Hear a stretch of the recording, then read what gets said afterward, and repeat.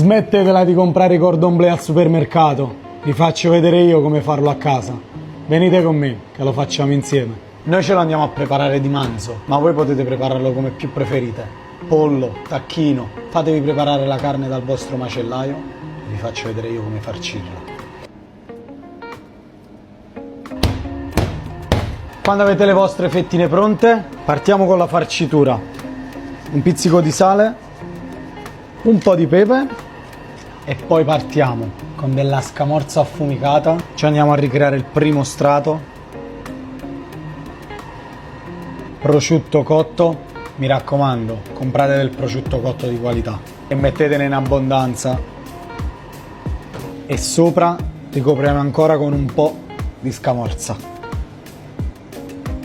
Andiamo a chiuderci la nostra fettina o a sovrapporne se ne abbiamo due separate.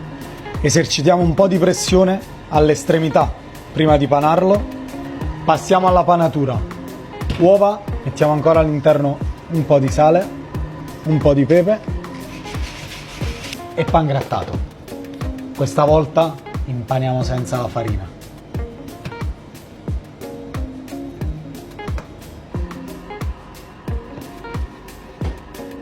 Una volta ben panato, mi raccomando, panatura sottile ma omogenea.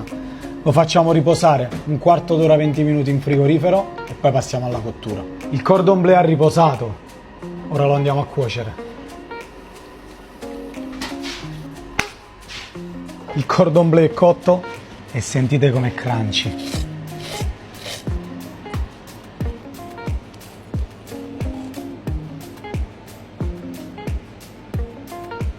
Cordon bleu, un po' di sale maldon e il nostro purè di patate.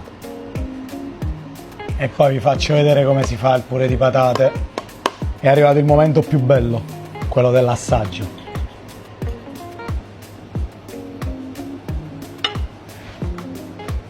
Dopo che l'hai assaggiato, non lo comprerai mai più già fatto.